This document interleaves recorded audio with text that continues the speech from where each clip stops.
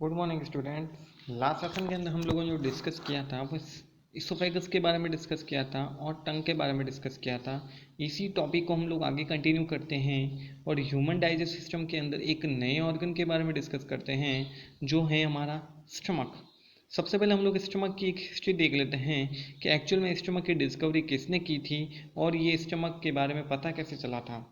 तो एक किसी पेशेंट का क्या हुआ था कुछ समय पहले 1822 के अंदर। यहाँ पर एक किसी आदमी को शॉट गन की वजह से उसको क्या लगी थी, गोली लग गई थी।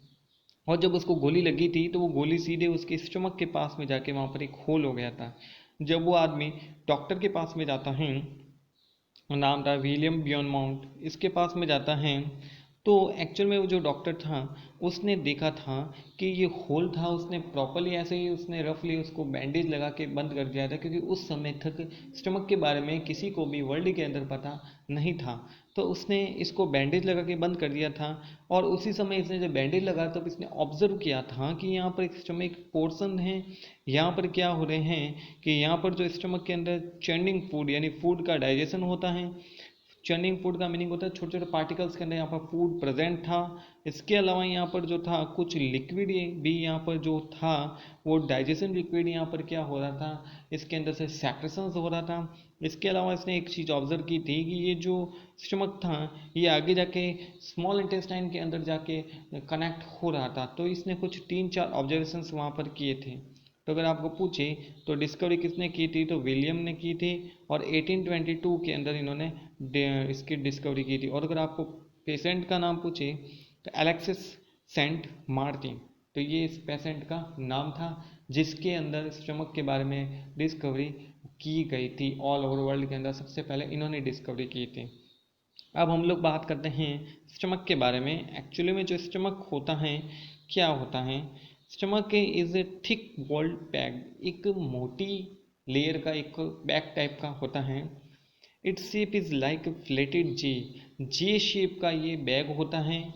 इसके अलावा and it is the widest part of the elementary canal, पूरे एलिमेंट्री कैनाल का मीनिंग मुंह से लगा के एनस तक का जो पोर्शन होता है, इसके अंदर जितने भी ऑर्गन आते हैं उसमें सबसे चौड़ा पोर्शन का है तो विडेस्ट, तो यही हमारा स्टमक ही होता है। It receives food from the food pipe at one end in open small intestine, यानी इसका जो पहला पोर्शन होता है ये तो इसोफेगस से जुड़ा हुआ होता है और नीचे वाला जो पोर्शन होता है वो हमारा कहाँ चला जाता है, स्मॉल इंटेस्टाइन के अंदर या छोटी आंत के अंदर चला जाता है। इसके अलावा हम लोग आगे बात करें, the inner lining of the stomach secretes mucus, hydrochloric acids and digestive juice. इसकी जो इनर पोर्शंस होता है वहाँ पर HCl एसिड का सेक्रेशंस होता है और इसके साथ साथ में कुछ डाइजेस्टिव जूस का भी इसके अंदर से सेक्रेशंस होता है जो फूड को डाइजेस्ट करने का काम करते हैं। ये जो डाइजेशन करने का काम करती हैं, सेक्रेशंस करने का काम म्यूकस करती हैं। The mucus protects the lining of the stomach. The acids kills many bacteria that enter along with the food.